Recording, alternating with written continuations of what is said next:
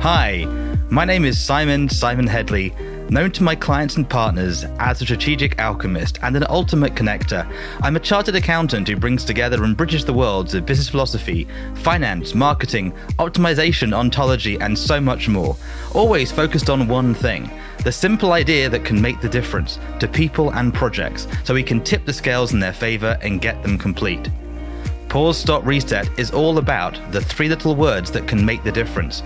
They have for me and my clients, and I hope they will for you too.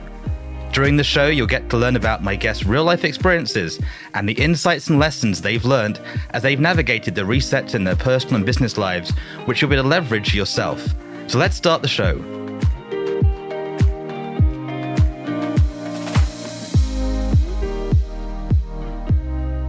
Welcome back to Pause, Stop, Reset. Today's show, we're joined by Glenn Poulos. He's a seasoned entrepreneur, a sales leader, and author of Never Sit in the Lobby. Over 35 years experience in building, scaling successful businesses. And Glenn, looking forward to get to know you more on today's show. Welcome to Pause, Stop, Reset. Hi, Simon. Thanks so much for having me today. I touched on a bit about what you've been up to, but let's start at the beginning. So who is Glenn and what are you up to today? Well, yeah, I guess I'm now at the point where I can start talking about having done things for 40 years. It used to be 30 and 35. Now it's 40. So I've been in sales for over 40 years now. And I built and sold a couple of companies, just finished a stint of having sold the business. There's a bit of a stint with the private equity, which I just left on New Year's Eve. It was my last day. And now I've changed countries, changed industries, and I'm working on a little bit of a new business venture, trying to be third time's a charm. So that's kind of where I'm at right now. But dig into any of it that you like at any point. So. Well, it sounds perfect for the conversation of pausing, stopping, and resetting, these three aspects we focus on here. And let's start at that, like looking back on your life, you had 40 years in business, much more, I'm sure, of life experience. What are some of the biggest pauses, stoppers, and resets you've been through, these biggest shifts and resets you've been through in your life and business? So, well, the biggest shifts first would have been being a government worker, then quitting and going into sales. Then working in sales for a few years, 5 or 6 years, and then quitting the sales company to start a sales company, then selling my business, only to find out that the transaction kind of went awry and losing a bunch of money in that, which happy to dig into that one, and having to start over at 40 something years of age, and then rebuilding again, for another 15 odd years, and then selling, transferring my company to a large private equity, and then and now being back to a small few 5-man company. So there's so many changes in there. I'm not sure which one to focus on, but there's so many. Well, I think one of the big ones I heard was going from being a government employee to working for yourself, right? That must have been a big mindset switch from. Yeah, there was one step. It was sort of government to working for a sales company where there was an owner. It wasn't me. And then after 5 years, I left them and I started my own business. So how did you find that transition? Because obviously there are different focuses and drives. Yeah, the government was very slow paced, methodical, collective agreement based system, working for the Canadian National Weather Service, they call Environment Canada. And the sales was much more dynamic and fast paced. And I mean, once I was in it, I was, in for a penny, in for a pound. Right. And, I really took to it naturally. I loved it. And, and the people that I was learning from there were really, really top notch salespeople. And so I got a chance to learn lots of tips and tricks and things like that. And which ultimately later in the conversation, which is where a lot of the tips and tricks for my book came from, was those early days with my mentors back in the 80s and early 90s. So beautiful. And it sounds like that was an easy transition for you. Yeah, that part wasn't so complicated. The biggest challenge was, am I going to have a base salary kind of a thing, or is it all commission and, kind of like encyclopedia sales or something, kind of, which I'd actually done in high school. And so I'd had a taste of what that was like. And so once I got past that hurdle and I knew that there was something to at least a stipend to keep me going, in addition to commission, I was I didn't find it overly challenging. Yeah. So, but it was definitely different. Let's put it that way. And yeah. I can really get a sense this next question we explore, which is that these three aspects of pausing, you sort of put something down, but then go back to it. Like it's not really stopped. A stopping is don't do that anymore. And a reset is a brand new game. Which of those have you found hardest, and why do you think that is? So going back, pausing, and then starting something brand new. Is that right? Yeah, so there's pausing, stopping, and resetting, right? So the pause is a silly example. Let's say the phone rings right now, 1 second, we hit the phone call, then we come back and we're back to what we're doing again, right? Like the classic, long weekend and then back to your day job. The sort of many people have that, but it's often their brains don't pause. Often they sort of, even though they're on holiday, they're still working. They're still doing the same thing, never really just trying something else, trying on a new thing. The stopping is, the classic, they smoked for 10 years, then they stopped. They drank alcohol, then they stopped. They went to the Blue Jays games, they stopped, right? It's like, and the recess is, I used to be, I don't know, working in the government in Canada, and now I'm a fisherman in Mauritius. It's like completely different Right. blank slates. Okay. So the challenge question was what did I find the hardest, or? Yeah. Which of those do you find hardest as a person? Well, the funny thing is when you were talking about the stopping, right? Like that all those things I did do. I did stop drinking. I did stop smoking, and people are always amazed at how let's say like when I smoked very, it was not very attractive, right? Like I smoked all the time. I was very, impolite smoker. It was you were a smoker. You were doing it all the time. Yeah. That's right. Yeah. And then one day on the 49.999 years of age, I said, I don't want to be 50 and have a smoke. I just put the pack down and I never smoked again. Right. Wow. So stopping, you're good at. You're good at going, I'm stopping, I'm done. Yeah. 2004, I put down alcohol, never drink again. And, I'm now down to, I pretty much now only drink water, right? Water or bubbly water with some flavor in it. Right. But it's, I used to drink all sorts of coffee, put that down. Right. So I guess, yeah, that's easy. Probably the starting new, I guess, is probably the hardest for me, is reinventing myself and putting aside the pieces of my ego that are built upon what I was doing before. Right. Because I had a company, it grew quite, it was pretty successful. The revenue was around 80 something million when I sold the business. So it was a good business. We had about 40 people, became part of a bigger company that had, it was about 3 times as big with triple the people. And I was, in that. And then, so much of my identity was tied up in being the owner of the original company and then a leader in the new company.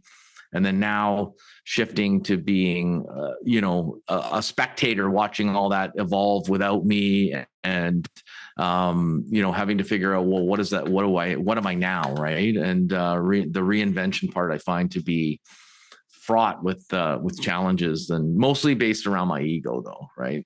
And there isn't any real like technical or lifestyle challenges. It's not like I'm starving. It's not like I don't know really what to do next. It's just I don't know how to feel, right? And, no, it's really well explained, by the way. That's the challenge of the reset. Every morning, in theory, it's a blank slate, but we sort of tend to go back to that's who I am and that identity because I'm that guy. That's what you do. That's how I operate. And it's again and again. And many people struggle to do that. They find it really hard to create and keep that container going. Many best business developers, entrepreneurs, they're good at waking up and having that drive, but it is having done the sale, what do I do now? And actually having a reset. I know a couple of people, they've literally built the same company like 5 times. They sort of build it, sell it, build it, sell it. It's like doing it again. Like why do the same thing? But it's their happy place. They know it, it's comfortable. Yes. Yeah. And it's where you're kind of, and even though you've built it up to a bit, you're looking back, the last one was big and now you're small again. You're really actually good at the building part, right? That's what you're good at. It's not, and that's very true for me. Right. And, I like having to, run to the warehouse and talk to the marketing, go to the printers and build this and add these items and talk to vendors, talk to the bank. I love doing all those things and starting from scratch. I do actually like that. So, nice. Yeah. Really interesting. Yeah. And said you just changed countries, is that right? So where have you just moved to now? I did. Yeah, so I was living in Toronto, and I'm a Canadian. And I mean, although the company did service American customers and was bought by an American company, I mean, I worked and lived in Canada, and now I live and work in Florida. So Well, right here, the weather's not great today either, right? The weather's not Florida it's weather not. today. No, no, but it's a vortex, right? That's came from the Great White North of Canada, and so at home people are like, just because it's 5 degrees here, it's minus 20 where I came from, right? So normally in Toronto right now it would be 0 to 10, maybe not 10 degrees, but 0 to 5 degrees, which is still winter, but that's what it is here in Florida right now, right? And in the Panhandle there was snow and record snow actually up in parts of the Panhandle of Florida at the top, right? Yeah. And No, I love that you've got that experience. The moving to a different place to operate and be has challenged opportunities, different skills, different people, different understandings, different nuance of doing business. I love working in Toronto. I sort of got very familiar with it, but it's not the same as Vancouver or Montreal. It's this sort of no, big world we live in. And the joy of this Yeah. is you get on Zoom, we can talk and we can work, and the start of a future. Very exciting, very interesting times for you. And what's the new business?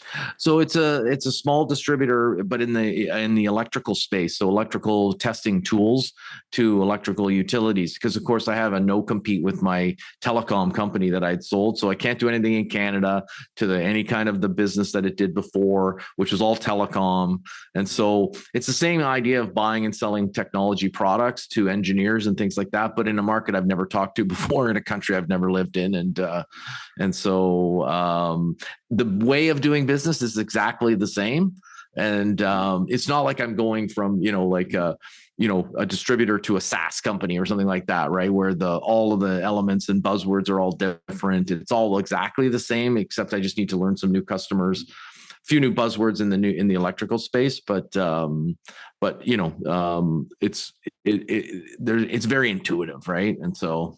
Well, it is for you. You've got these skills, Glenn, right? This is really your wheelhouse. The obvious question for me is why, right? Like it's a new geography, a new marketplace. I get the non-compete. What had you choose to do this? How was that an overnight process? Was that a talking it through for 6 months? How did you come to choose this? It's because I'm only 62, so I didn't really want to go into this. Like, I'm not going to be the guy that starts fishing at 62. I don't even fish. So, I mean, I'd have to learn that. Right. And so I kind of had to was going to be doing something. Right. And my biggest fear next to being poor is writing a resume and having to go for a job interview. Right. So for me, it's actually infinitely easier to start a company than it is to go and work for some company and talk to the sales manager and the president and tell them why they should hire me at 62. And so I had to do something, and I knew my time with the having sold the business would time out, right? Because the way they evolve, it's not a permanent gig, right? And so in the back of my mind, it was like, well, what am I going to do? And I did do well when I sold the business, but I didn't do well enough to do nothing for 30 years, right? If I lived till 9, you know what I'm saying? Like, I'm not, it wasn't billions. It wasn't billions in the modern world. Sort of, I'm handled forever. Yeah. Right. So it was, and I wanted to, I really don't like the cold. And so, there's an agreement between Canada and the US, you can get this E2 visa thing and you can work in the US if you're Canadian, right? And so you have to set up a business and you have to put some money in, you have to hire some Americans, things like that, right? In order to get that. And so I started thinking about that, learning about that and doing that. And I knew that it would, and it's sort of my third kick at the can. And this one I was doing, there was the slight change was that I was doing it like completely alone. So my first two companies, first one I had 3 partners. The second company I had a partner, and there was 2 of us, and there was an investor. And then in this third company, it's just me, right? So mathematically, and just talking about numbers, right? I mean, when you build a company up and there's 3 of you, you're dividing everything by 3 at the end, right? And it was the sort of similar math in the other company, because we had an investor plus the 2 operating partners. And in this one, I thought, if I'm going to do it, I'm just going to do it myself, see where it goes for a few years. hopefully I'll be lucky enough to maybe sell it again. And this time I don't have to divide it up. So no, that sounds greedy, but it's just being pragmatic. And, we're hearing how you think, right? This is part of the reason for the show is people get to go, that's the thinking. I love you sort of went, I don't like the cold. One of our friends is in Vancouver and he sort of realized finally, I don't have to spend the Christmases there. Like he loves Vancouver, loves the islands. Sure. But like, it's like Orlando, Bali, Puerto Rico is better. An American friend, Crystal, on the show last week, Crystal Laura Cruz, she's gone from the States to Puerto Rico, which is all these lovely benefits to Americans with tax and the weather. So when it's -10 in Toronto, it was 25 degrees in Puerto Rico. It's a big world and we have these options to travel, but so few of us do. So few of us go, actually, we can reset. Have you got family going with you? Have you sort of moving them with, or? Yeah, the kids are kind of above the age for the qualify for any status with us. But when I applied for the E2, I got one for my wife. She has an E2 spousal visa, so she can actually work anywhere in the US. I can actually only work inside the company and pull any kind of income. Yeah. So it's kind of like a hidden benefit. So, I mean, she could literally do anything or nothing. And then, and I'm kind of here a little bit more full time, at least in the winter. In the summer, I'll probably be a little bit more back and forthing because Canada, of course, is beautiful in the summer. And she kind of goes back and forth on a regular basis because, everyone's back in Canada. And she doesn't particularly need to be here 100% of the time. I wanted to underline it. It's the piece of when people don't have children, they can sort of travel more. Like you say, yours are sort of grown up enough now, they're handled. And some people I know have done this. Well, when my kids are 18, then I'm going to go do X, Y, Z. Or when this happens, then and it's how do you find ways to navigate that between? And I love that you're sort of learning the visas because it's out there to learn about. But you have to go looking, right? It's not kind of easy conversations. This isn't the passport show. Go look into that stuff. But this world of traveling and visas and working, really interesting. And the world wants you to travel and work these days. Yeah. And it is just a series of steps, and they are like each one of them seems overwhelming and daunting. But once you start pulling the paperwork out and getting all the documents, and now I got to do this, then I got to give them a business plan. And then you look at the plan, they're like, oh my God, I need a 5-year plan. And I'm like, oh, I actually need a 5-year plan. I wasn't planning on writing one. Right. And, the discipline that they make you apply is good. And becomes a permanent record of what you planned out, and each one is just a step. And once you get through it all, you look back and you're like, that wasn't that difficult, right? And of course, there's a million services that help you to do these different kinds of processes, right? And so they guide you through it so you don't mess it up. No, I love that. There's usually a process. Find guys to help. It's a good thing. It's segues into this question of, she said, you've done 40 years of business and sales and developing businesses. What's the stuff you wish you knew when you were like 18 or 16? What's the bit sort of the Glenn wisdom? If you can send it back, what do you wish the younger Glenn knew? Yeah. Well, mostly that most of the things that I strive for and got to earn money to buy things and whatever never really were the things that interested me. Like things like, and it wasn't super extravagant, don't get me wrong, but I mean, buying like different kinds of boats and sailboats and motorboats and this and that and whatever. And a lot of those things that I strive that buying those weekend cars and things like that. I thought all those things were going to bring me kind of some sort of, destination joy. You know what I mean? When I get the car, sports car, then I'll be happy, kind of thing. Right. And, but none of it ever did. And I live actually super simple. I don't need a lot of things, right? Obviously I need food and I need shelter and, transportation and stuff. But, I never really got much benefit out of any of those sort of,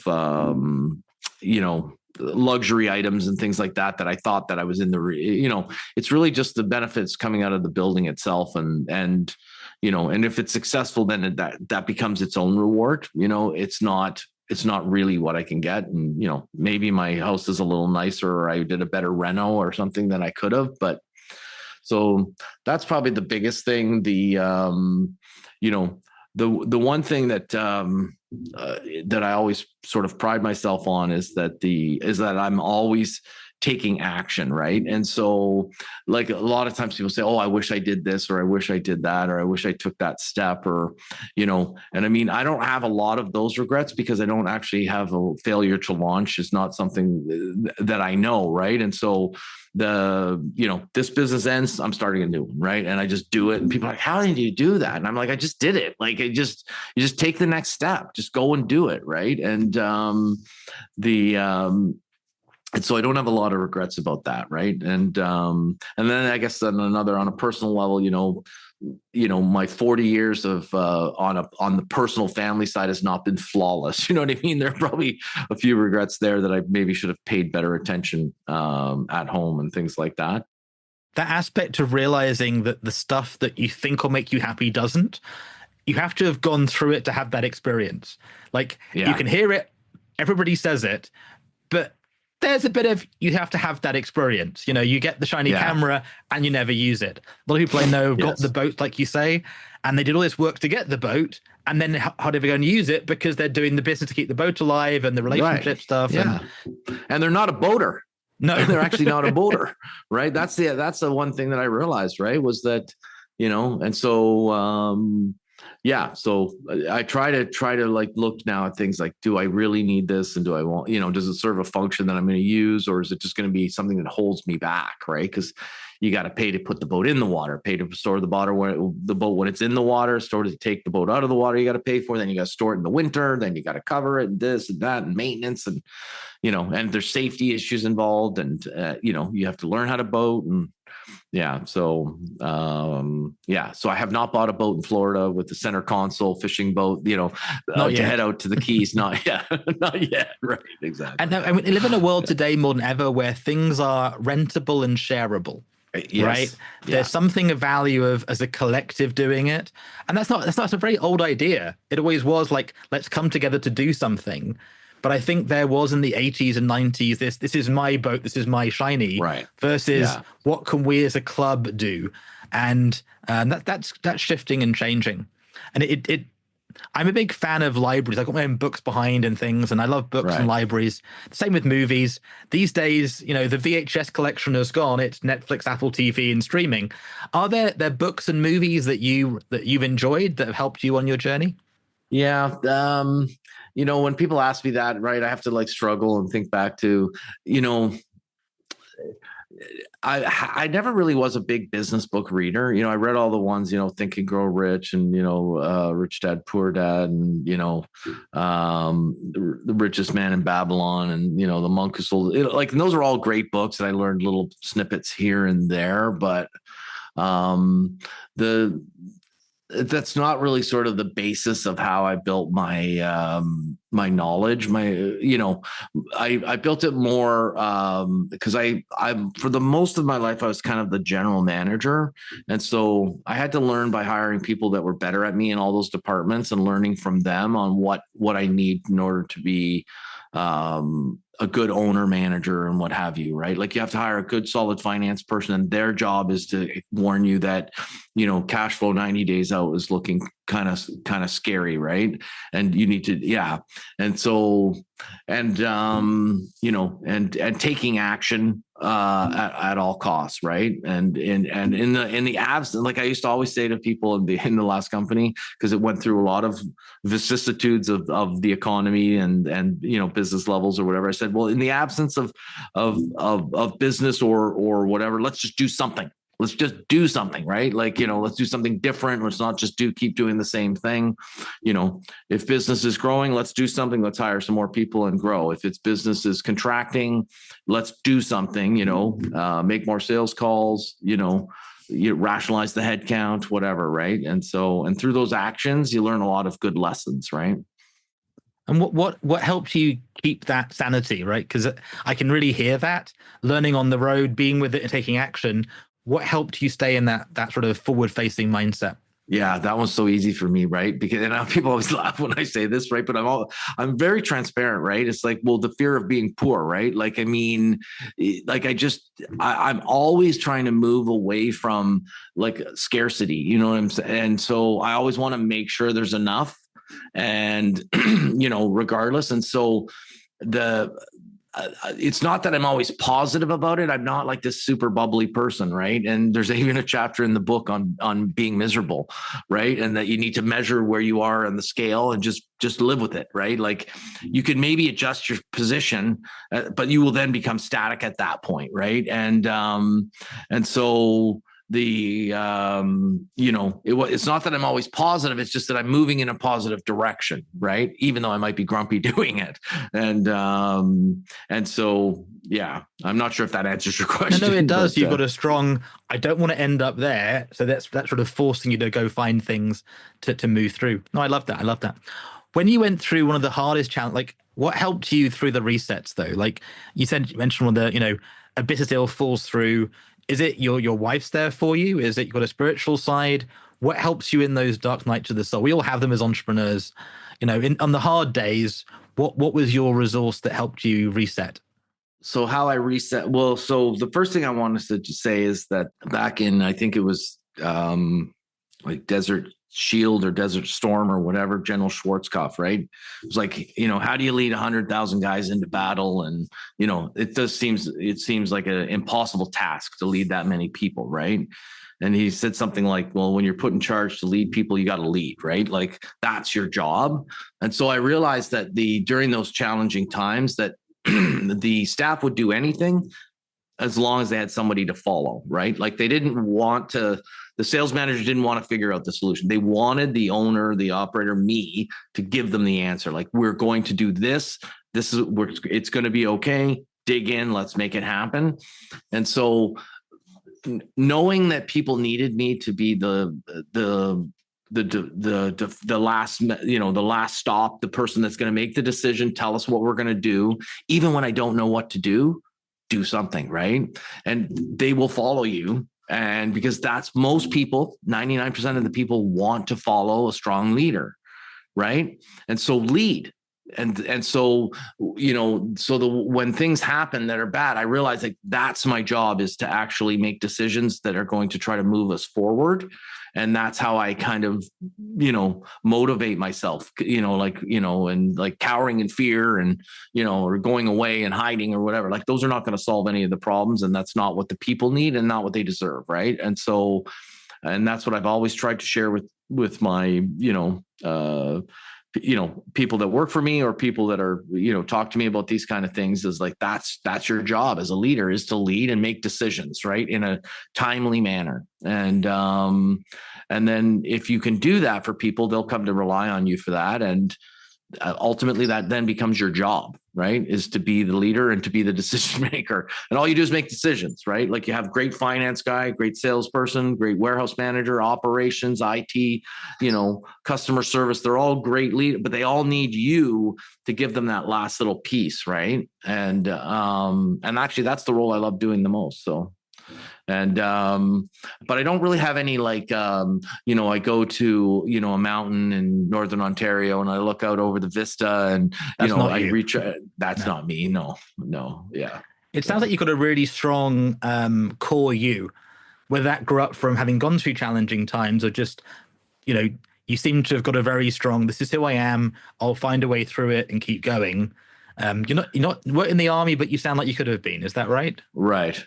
Yeah, maybe. I mean, it's just like at some point I came to understand about your ego and your, like the whole Eckhart Tolle thing and stuff like that. And I realized that, I'm always sort of looking at the reasons why of things and what's motivating me, what's holding me back, and then try to separate what's real from, I guess what I'm worried about. And so where other people are sort of caught up in the worry of it all or whatever. And I mean, it's just helped me a lot. So would I have done good in the army? I don't know. Maybe. I mean, I like actually being the boss, not being authoritized. Being the general would be good, not the private. I get that. Yeah. No, that's fun. And obviously you get sales, you get business development.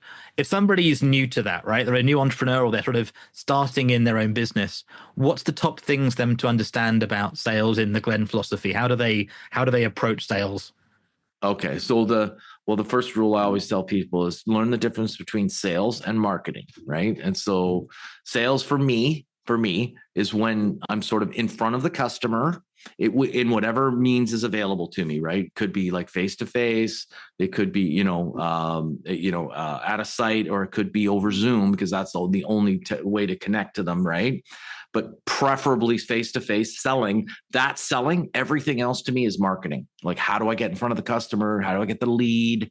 And so many people that are in sales and have sales in their title are actually playing around being marketing, and they don't realize there's a department in their business called marketing that's doing that job. So they're not doing the right job.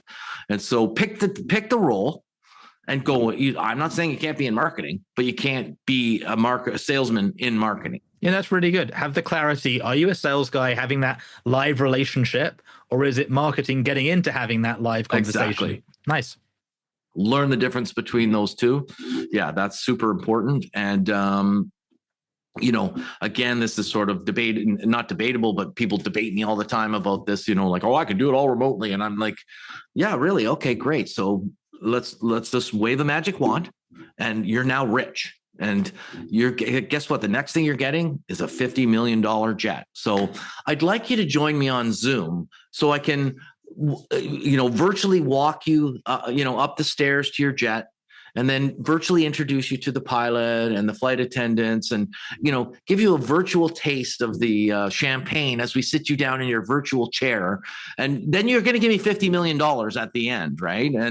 And he's like, no, that's not going to happen. I'm going to go for a test drive from, wherever, Miami to Los Angeles. And because most things get sold people to people, person to person, face to face, right? Like, yeah, you can buy a SaaS product for, to edit your videos or something like that over Zoom or something like that. But the people I'm trying to resonate with are the people that need to go and sell products to people that need to use products that, whether it's a factory, whether it's a tow motor in your warehouse or a jet, you know what I mean? Like, and so I'm trying to explain to people and inspiring people how to act and stay in front of your customers and to be a pleasure to do business with always. That's my thing, right? You want to get in front of them, stay in front of them, act in front of them, and you want to always be a pleasure to do business with. So even when you lose, they'll invite you back for the next time, right? And I'm really intrigued. What's the key to that last bit? 'Cause I love that, because some people aren't. Many people today are not a pleasure to do business with at all, and it's nightmarish. And you're sort of stuck in the business world of like they're sort of there doing their stuff, and nobody enjoys working with them. What makes it a pleasure? It's a combination of rapport and don't be a pain in the ass, right? And so many people, again, I'm shamelessly plugging the book, right? But there's a chapter called Implied Familiarity Also Breeds Contempt, right? Like, don't pretend that you know me kind of thing, right? Because obviously everybody picks up on it instantly, and it really creates this like icky feeling, right? But so many salesmen do it, right? Like, oh, we should go golfing. And like, I don't golf, man. I mean, so why would you ask me to go golfing? You didn't even take the time to ask me what sports I do or don't like. You just assume because you love to golf that I would love to golf. And you're implying that you're familiar with me. And there's a saying, familiarity breeds contempt, right? Like, you sit with your brother or sister or driving to Florida from Canada for 2.5 or 3 days or whatever. And by the time you get to Florida, you want to kill each other because of the over familiarity, right? It's the same thing when you imply that you're familiar with people, and it breaks down rapport. So I'm a big proponent of establishing ways and means of establishing genuine rapport. And I do that through a series of tricks and techniques when I'm face to face with clients, but also with other people in the form of listening and how to show empathy, compassion, and sympathy, and knowing the difference between them and when to apply each one, right? And no, it's a lot of what I hear is common sense business, but it's kind of a rare thing. But it's not follow the script, it's being real, and that kind of thing of like, just don't be a pain in the ass. Is people sort of forget the stuff that makes you a pain in the ass, but they'll still do it anyway. And they'll write an email like, you'd never do that to a friend. Well, yes, but it's business. It's like, no, just be a human, stop being strange. Yeah. But we're all humans going through our life experiences, doing our best on a good day. And that's reassuring. And you go into that in the book. You mentioned the book a few times. Where can they learn about the book? So the book, well, I have a website which will link you to Amazon and Barnes and Noble and all the bookstores and whatever, called glenpoulos.com. And, or you can just go to Amazon or other bookstores and learn about it there. And, yeah. And there's also, I don't really talk about the book all the time on LinkedIn, but I do talk with people a lot on LinkedIn. Right. And so I'm very accessible there. And the book, I'm tongue-tied. Never sit in the lobby. I don't know why I get tongue-tied. Yes. S's. Never sit in the lobby. Why is it called that? Is that about what's the criticism? Yeah, it's one of the 57 tips, right? And so I had a really convoluted title, and when I hired one of the editors that I had to hire to look at the book and stuff, right, was said that I don't even remember what it was, but it was like, that's a horrible title. Like, and it was a lady, and she said, how about never sit in the lobby, right? Which is like chapter 7 or whatever, right? It just means when you go to the lobby, right, don't sit down. Go to the desk, announce yourself. And of course, there's a whole bunch of other surrounding rules that you can get into when there's time and whatever. But then you've announced yourself, and then you're waiting for Jack or Sally to come down and meet you. Stand at attention. Don't pull out your phone as much as you want to. Don't go stare at the plaques on the wall. Pick up the magazine. Don't sit down. Don't text your wife about the bread and milk list for tonight. Be waiting for them to walk in, and then be looking at them. And they're like, why? And I'm like, well, one, because I've gotten caught with my phone in my hand at times, and I'm only 5'6", and a 6'5" guy walks in, and now there's 4 feet difference between me sitting down and him standing up. And I have to rise up to this guy, put my phone away, fumble and stumble. When you're standing at attention, you can greet them. And then the next rule that follows is always have something in your hand and something in your mind, right? So it's like, here's the X, Y, or Z, the brochure, the swag, the price quote, whatever it is. Something, always give them something, and always have something that you immediately want to ask them, talk to them about, or interact with them about. And there's not a lot of fluff and pageantry about the weather and how they are, right? Because most people hate that too.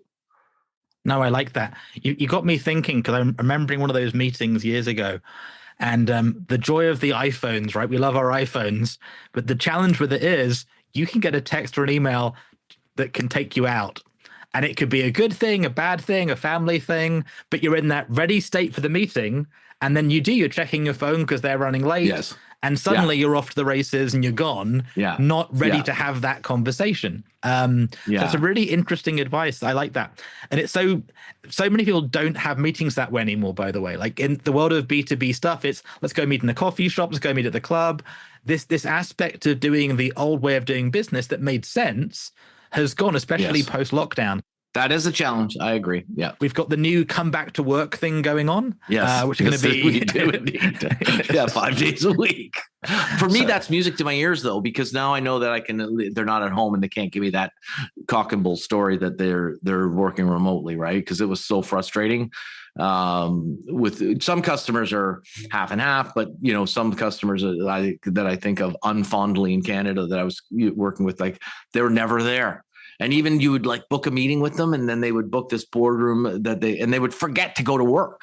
Wow. You'd show up, and then they're like, oh God, right, I was supposed to go to work today, but now hopefully over time we build that back up, right? Because there's so many things you can learn when you get to the customer that you can't learn over Zoom, right? Because like, if I ask you, like, what logo is on the coffee mug right now that I'm using, you can't tell me because you can't see it, right? Well, one, I don't drink coffee, so I don't have a coffee mug. But if I did, it would probably have, it would have the company that gave me the coffee mug, probably, and that might be my biggest competitor. And I'm like, well, wait a minute. How does everyone has that coffee mug? I know where I am in the pecking order, right? The mouse pad comes from this competitor. And by the way, so there's all sorts of like tips and techniques about how do you learn all these things and get to those places in the book, right? So that's what the book's about, right? And I can hear the fun you have with it as well, right? It's one of those things with LinkedIn. That's why I like having these podcast shows. You get to go a deeper conversation because LinkedIn's very cold. You don't know whether they're 5'2" or 6'8". It doesn't matter, but it's like it alters things. It's a really interesting live experience. experience. Yeah. Really, really interesting. So we're getting to the fun bit, right? There are people listening into the show. Some of them they're crushing it and do even better, and others are doing a big reset, going, you know what, enough of that. Let's start again. What's your biggest tip for somebody that I want to do a reset? Touch on how you change countries, change jobs. Like, if somebody's there listening, you've 40 years of Glenn wisdom and they're going, look, I need to change things. What's the way they should start that? Right. So one, if you're going to change things or whatever, like usually they're like, I want to start a company or something like that. Right. So then with the rule related to that is always focus on the customer, forget about everything else, that'll fall into place, right? Because it's like, oh, I got the best AI widget, I got the best cheese grater, I've got the best, whatever it is, right? SaaS product or something. Oh, it's all great. Yeah. Or how many customers do you have, right? 0, right? How many customers have you talked to? 0. How many calls have you made? 0, right? Like, forget about all of that stuff. Focus on the customer if you want to start a business, because everything else will fall into place if you have a customer and you only need one, right? And all businesses begin on the customer that you didn't deserve. You earn the rest of them, right? And so say that again. That was good there. They all start on the customer you didn't deserve. Is that what you said? Yes, right. That's a new. Tell me more. That's new to my brain. My brain's going. So basically, what happens is that you're this guy, girl, whatever, and you've got this whatever, it doesn't matter what it is, widget or SaaS product or something, right? You go and you talk to this customer, the first customer, right? Like, you kind of get them because they feel sorry for you, or it's pure luck, or it was like serendipity, or you didn't really deserve it, right? But once you get it, you got to earn it to keep it. You got to earn keeping it. And the rest of them, you got to earn after that, right? And so basically what happens is, like, most things happen because of an order you didn't deserve, is what I'm trying to say, right? No, I love it. I get it really deeply. Like, there was that thing you shouldn't have got, but somehow they went yes, and then you made it up and delivered on the back end of it. Exactly. And then sold it to 20 other people. Yeah, my first web hosting client 25 years ago, I didn't know what I was doing, but someone like, hey, Simon can help you out. So you say yes, and then it goes from there. Really interesting. When I was 17, it was in the 70s, right? And 17 is a defining moment for people, right? And if you ever want to guess how old someone is, ask them their favorite song and subtract 17 from it. And the year the song came out, subtract 17, that's the year they were born, right? Typically, right? Plus or minus a year or so. And but at 17, roller rinks were all the rage in Canada. And in Niagara Falls, where I lived, I was driving up the road, saw a roller rink. I don't know what became of me, but I pulled in. It was under construction. And I said, hey, can I speak to the owner? And he goes, I'm the owner, as a matter of fact. I said, well, you're opening a new roller rink. Would you like to hire the best DJ in town? And he hired me on the spot. I'd never DJ'd in my life, but I wanted to be the DJ because I'd been to roller rinks before, and I saw the attention that DJs got at roller rinks, right? And I'm still a DJ to this day, right? I just did an event a few weeks ago on New Year's Eve in Toronto, and now I do it for charities and things like that. And I call myself a charity DJ, and it's easy to get gigs when you charge hardly anything, right? I'm smiling because my first paid DJ gig was similar. I was in the vinyl record shop, and the guy went, right. Hey, why don't you DJ? I'm like, sure. I never DJ'd in a club before in my life. Right. So, but how did you get, like, in those days, if you weren't a DJ, how did you have the music to do the DJing? Like, what was the sort of? So at the roller rink, they had the DJ booth, and they had a full set of records and things like that. So I didn't have to show up and bring the gear, right? So the first thing was focused on the customer, right? And get an order that you don't deserve, right? This is assuming you sort of you want to start a business, right? The next thing that comes to my mind is that, you've got this business that you're thinking of, and assuming that that there's a customer there, then you've got this 9 to 5, and it's like, well, how do I get from the 9 to 5 to the not having it be at 5 to 9, meaning, you're quit your job and it's now your full-time gig, right? And so I always try to explain to people and I haven't fully articulated this super eloquently, so I'll do it uneloquently, right? There's this wall, right? And on one side of the wall, it's a 9 to 5, right? You're working the grind and whatever. And on the other side of the wall is your business, right? And you come right up to the wall and you just can't take that step across the wall, across the line to get to the other side where there's no paycheck, there's no job, et cetera. And it's, failure to launch at this point. You're just so scared. Well, what happens with this? And what about that? What about blah, and this and that, right? There's all things you can do to prepare, put a year's worth of grocery money and mortgage money away on the side. So you've got a year where you don't have to worry about money, but the problem is that the wall can't move when you're before you quit, right? It comes up and that last step can't be taken until you step over it, right?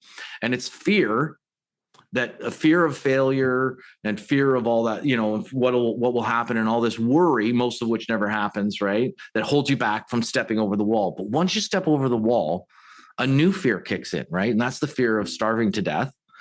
And you look back at the wall, and on the other side of it was your job. And every day you take a step forward, and every day the wall gets farther away, right? And so now, whereas before you just come up with a wall, you can't move. But now if you take that final step and just, of course, you're not throwing caution to the wind because you put the money aside, you found some customers, you have a minimum viable product or things like that. But every step you take forward now, guided by, well, how will I know what to do? You'll know through sheer fear of failure, right? The fear will guide you forward. If you ever fear of drowning or whatever, if you're just going to swim like crazy, right? Like you're going to just do whatever it takes to survive. And every day, the benefit is now the wall becomes farther and farther away, right? You look back, it's 3 years have gone by. You've got 10 people working for you, et cetera, right? And so it's that last step. Just take the step, right? And let fear be, instead of being something that holds you back from the wall, it's something that pushes you away from the wall. You're still going to be scared. So I love the honesty. It reminds me of Dr. Ernesto Ciroli's conversation about, you're not an entrepreneur until you've woken up at 2 a.m, panicking about how to pay the staff bills that month, right? If you haven't had that moment, you've not gone through it. And I've known people making 100 million a year having those experiences, and people making £1 a year. Like it doesn't matter what scale it is. There's always going to be that if you're actually building and doing anything. Very few people have, I did this thing, I signed a contract, it all worked out, and the rest is history on the beach forever. That doesn't really happen, it seems, even though it should. Or the best theory, or the best research. So that honesty about the fear is so vital. And it's why I love how, however you've got there, this ability you've got to go, okay, that's my ego, that's my worry, put that aside, go do action. Because so many of us do get frozen. We get stuck into that, I want to do it, but I can't because. And the irony generally is, like you say, as you take action, you sort of get that different competency. Like I've done that before. I've done a Zoom call before. I've had the WhatsApp before. It's going to mess up, but I'll be okay, right? It's the first time it goes wrong, you panic. I'm sure as a DJ, you've had that experience of it hasn't. My gear failed on New Year's Eve, actually. And, wow. Yeah. And it was horrific. And yeah. But the first time you're going to die, right? It happened a few times. Okay, do this, you have your backup plan. And I think there's so much of the modern life today, we're trying to live this like planned, safe life, which doesn't work, but could do. And there's a disconnect between the marketing story of this is all the shiny that works well. Why we're talking, I love how you show up on LinkedIn. You and I know so much of the successful entrepreneurs, what they're marketing is not the truth. And they know it, and they're still pitching it and selling it, and they're playing this sort of weird entertainment marketing business game. Yes. It does my head in, because unless you've got the Ferrari and the gold records, you're not a DJ. Well, you and I know you could be a great DJ for charities, just not charge any money because it's fun. It's what you do. Exactly. So there is this sort of interesting space. So part of the reason for the show is these real stories about what it takes to go through it and to grow from there. Now, you mentioned the book. If they want to learn more about you, you're up on LinkedIn, Glenn Poulos, and glennpoulos.com. Is that the best way for them to connect with you? Yeah. LinkedIn's really the best, and happy to collaborate and talk to anyone there. So. No, I love that. And for any final thoughts, any words of wisdom you want to leave the show with before we wrap up today? Well, I didn't get a chance to share it before, so I'll share it now. One of my favorite ones. It is in the book, of course, right? And it's my favorite saying, right? You only get forever to make another impression, right? And so everyone's like, that's not, no, my mom told me I got to make a good first impression, right? I'm like, yeah, you do got to make a good first impression.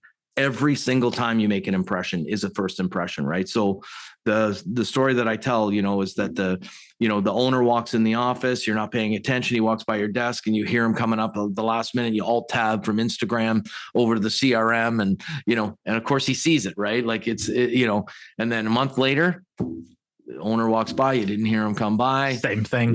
Same thing, right? Guess what? You are a permanent bum, right? So you need to be aware of your surroundings and your ability to demonstrate that you're the best employee at every single moment in time, so that you can then be awarded the what happens for people that are in that situation. So when you're at a trade show and your feet are sore and you want to complain and whatever, and the traffic is slow, they probably flew VPs in from different divisions about special products and this and that, whatever. Go and interview each one of the VPs and tell them, hey, why is your thing is better than this one? And help me with this one. And just and talk to your own internal people. And then when you run out of that, go into the aisle and pull people into the booth. And you want to be in a sort of situation where the owners and the executives are saying, who's that Glenn guy standing in the aisle pulling people in, right? And because they will remember that forever, right? And versus the guys like, where's Jack? He's not in the booth. And no, he took off a couple hours ago. And and those impressions are life, they're life lasting and life changing, right? And when you're at your desk and you hear the big shot walking by, never be on any of those social media platforms. Delete them from your work machines, of course, right? Always be on. And when they walk by, say, hey, boss, got a minute? I got this big deal I'm cooking on. Could use some advice, right? And he may not have time for you, may have time, whatever, but always be on, always be making a good impression, because you are making an impression whether you know it or not. It's a really good advice. It's that when you're like leaving the house, you're on stage. You never know who's on the train, who's on the travel trip. And I've seen it so many times when I've been to events over the last 15 years, often working behind the scenes for founders, where they don't know that, like, imagine you're going to your event in Florida, Glenn, I'm coming to see you. They don't know that I know you. And they sort of think I'm only in work mode in that setting. It's like, no, you're always in work mode. And those trade shows, we had one about 9 months ago, and it was day one, it was busy. Day two, it was dead. By day three, 15 coffees were not getting through the day. Yeah. And it's to get yourself up energized, but knowing if you need the break, get out of the space, go somewhere else, and have that impression. But I love that. I love these quotes. This is definitely a book to check out. And Glenn, thank you for being you today, bringing that into them. Enjoy. I love the fun you have with the business. I don't mean fun like crazy fun, but I get you enjoy the process of doing real business with real people.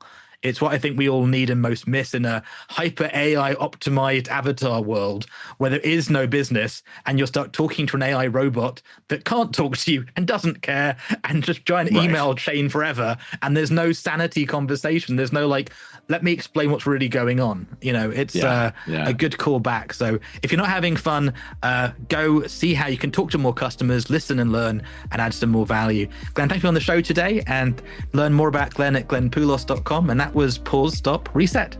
Bye for now. Once again, I'm Simon Hedley. Thank you for listening to this episode of Pause, Stop, Reset, which is brought to you by the team at simonx.com and published by thesimpleidea.com. So you get maximum value, and to access all the bonuses and gifts, make sure to head to pausestopReset.com, register and explore the portal. And if you're looking for great people, check out onesmartnetwork.com. If you've enjoyed the show, do give us a positive review, subscribe, and share this episode with friends. I can't wait to share our next episode with you. Till then, remember, you can always choose to pause, stop, reset.